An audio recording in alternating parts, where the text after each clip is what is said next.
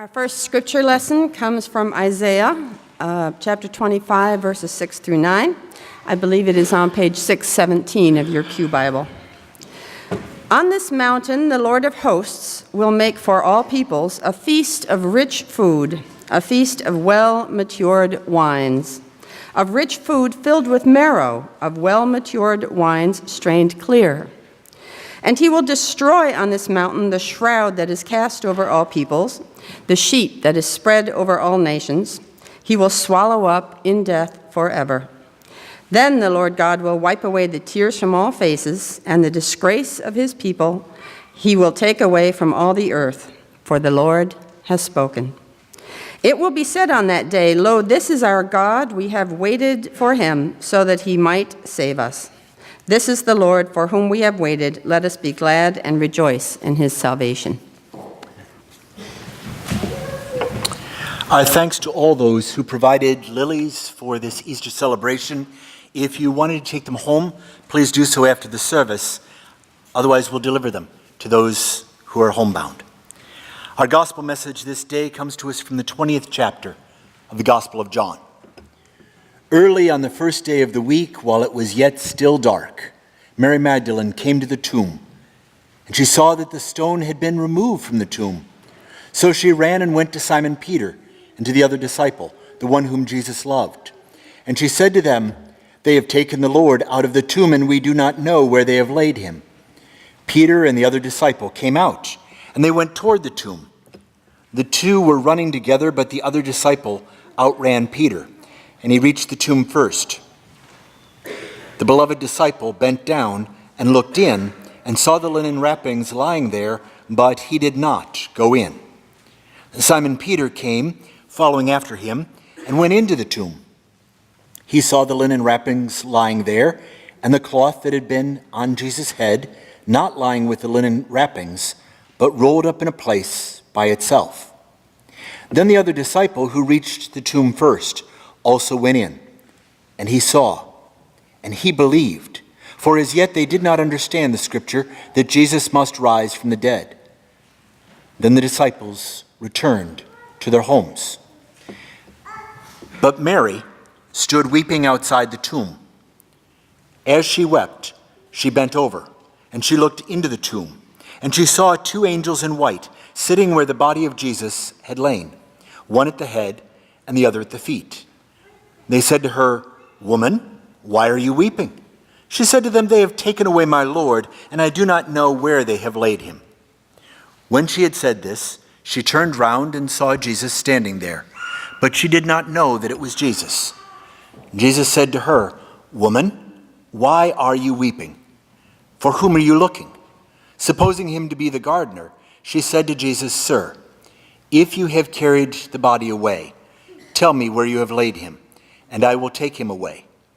Jesus said to her, Mary. She turned and said to him in Hebrew, Rabboni, which means teacher. Jesus said to her, Do not hold on to me, because I have not yet ascended to the Father, but go to my brothers and say to them, I'm ascending to my Father and to your Father, to my God and to your God. Mary Magdalene went and announced to the disciples, I have seen the Lord. And she told them that he had said these things to her. So end our lessons for this day. There is something about me that loves Easter morning. Whether it's the full sanctuary that sounds so much better in the hymns and with the organ when the congregation is full, whether it's more fun to look out and see the congregation with all the people here, to see the sons and daughters gathered from around the country, around the world, come home. Whether it's little girls in dresses or Easter bonnets or Easter ears that some have on. There is something about Easter that is filled with boundless joy, absolute wonder and joy. There is something about Easter that I do not love. Because in order to get to Easter, we have to get to the other side of death. And we're a culture that avoids death. We avoid talking about death. We avoid thinking about death. We try to do everything and anything to not face death. We talk about surviving cancer. We talk about beating diseases. We rise at 5 o'clock in the morning to go to the gym to work out. We avoid all the things that we so enjoy. We take enough pills and medication that we rattle when we walk, all so that we can live longer. The other day, I called up a company that I've been using for a number of different businesses and asked to speak with the manager who I've spoken to for over a year and a half now, and the person on the other end of the phone said she passed. And I said, "You mean she was promoted?" And I thought she'd graduated and gotten her degree, and they said, "No, she died." We use euphemisms to talk about passing and going to sleep and being with God. Sometimes death comes to us very, very fast.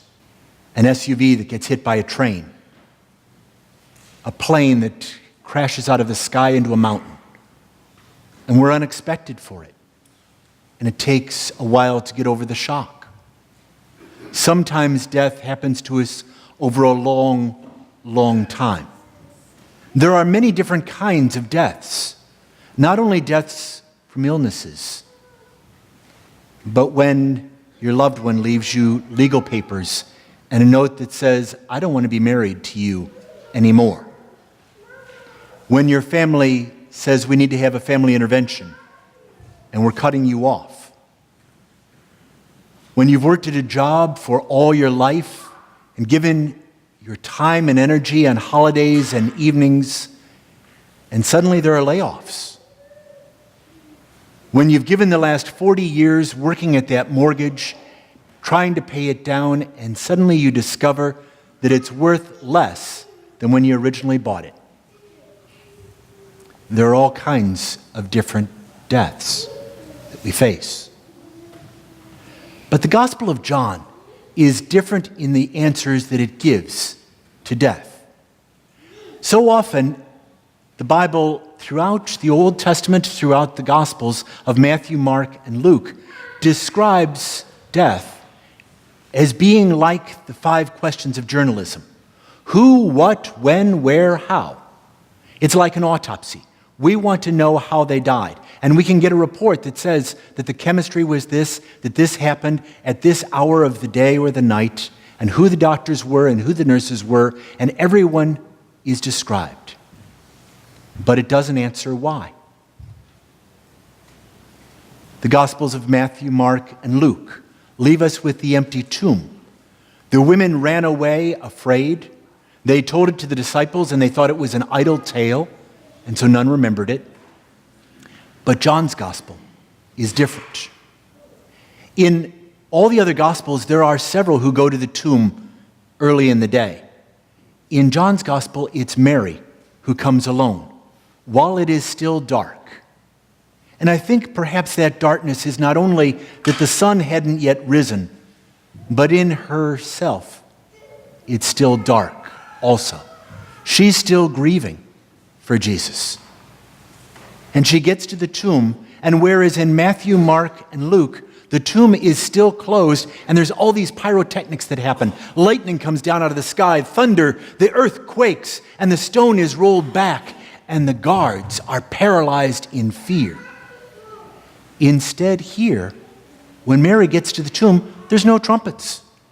There's no lightning, there's no thunder, there's no earthquake, there's no guards. The door to the tomb is already open. And she assumes the worst and runs and tells the disciples. And Peter and the beloved disciple run to the tomb.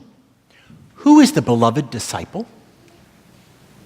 Many have assumed that it's John because this is John's gospel. Dan Brown has assumed that it's actually Mary Magdalene. But I want to suggest maybe there's another possibility. The one whom Jesus loved. The one who, when he got to his tomb, Jesus wept and called him out of the tomb because of his love. Lazarus might be that beloved disciple. And this beloved disciple and Peter run to the tomb, but the other disciple gets there before Peter. and he doesn't go into the tomb. If you were Lazarus and you had spent 3 days in a tomb bound up, would you want to go back into a tomb? So he stays outside and he looks in. But Peter goes in and Peter looks. And then the other disciple comes in and he sees and he believes and they go their way. Up until this point, just like with the other Gospels, it is seeing the emptiness that assures us of the resurrection. Seeing that the body is not there is proof for those that we can wonder, that we can assume there is something more than what we can control. It's an awful lot about control that we live with in life and death. But there are circumstances we can't control. We can't control when we're born. We can't control when we die.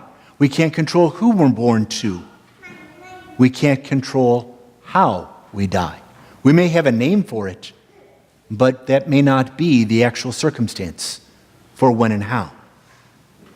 It's ironic to me that our nation this last week has had so much discussion about what we can make religion to be and how we can make religion allow us to discriminate against some and not against others.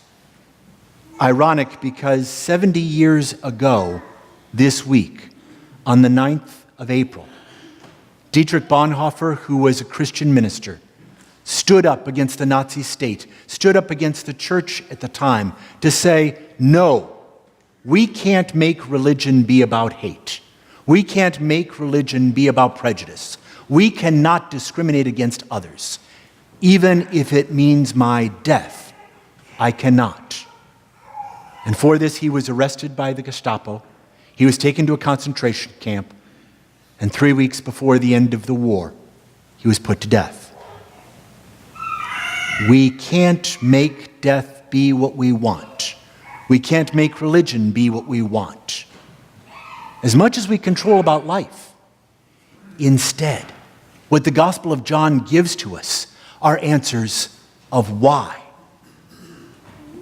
Peter and the beloved disciple go away. They wonder, but Mary stayed there at the tomb. You remember this tomb? We don't talk about it very often in the Protestant churches. This tomb was Nicodemus's tomb.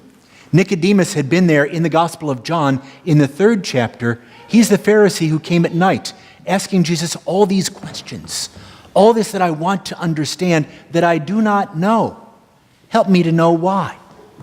And Jesus had explained that we need to be born from above, born again. That God so loved the world, God gave God's only Son for us. All that comes together with Nicodemus now giving this tomb like a new womb for Jesus. And whereas in Matthew, Mark, and Luke, Jesus would have been buried without being prepared, in John's Gospel, it's described that they took his dead body down from the cross, and they washed it, and they perfumed it, and they anointed it, and they placed it into the tomb with flowers, and they closed the tomb up with stone.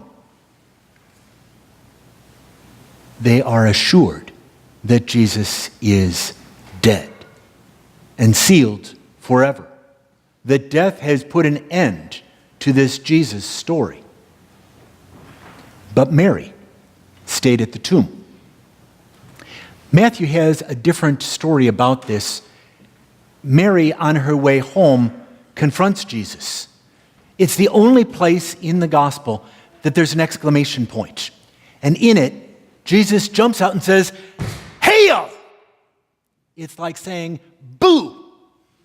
Surprise!" That's not what happens in John. That happens in Matthew, that Jesus jumps out and says, "Boo," and Mary reacts to it. But in John's gospel, the angels say, "Why are you weeping? Why are you weeping?" And she describes, "Sirs, if you've taken away his body, let me know where it is." It's the most indescript description, but she believes that they know. And she assumes that Jesus, who's there, is the gardener. What a wonderful analogy. In the book of Genesis, there was a garden, that garden of paradise, that garden of Eden, in which there had never been death.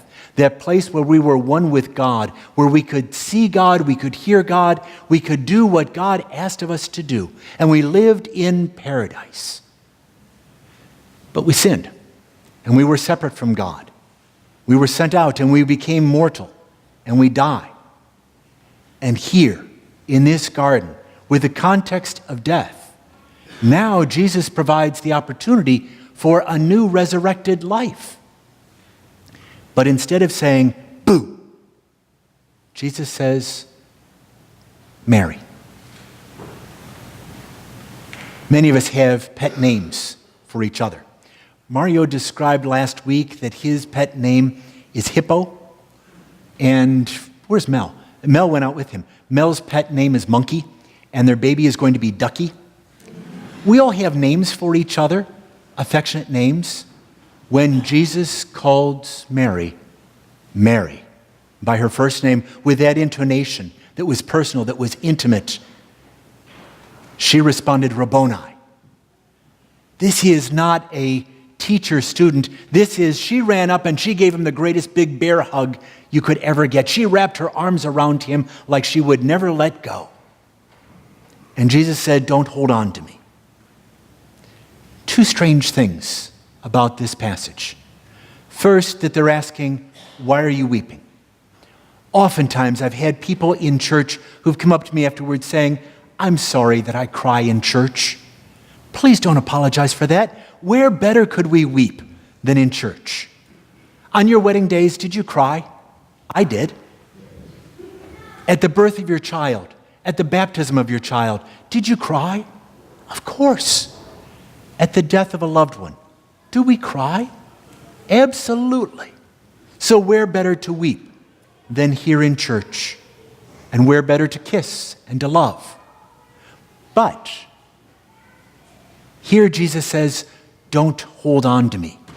I don't believe it really was about her physically touching him so much as every death is different.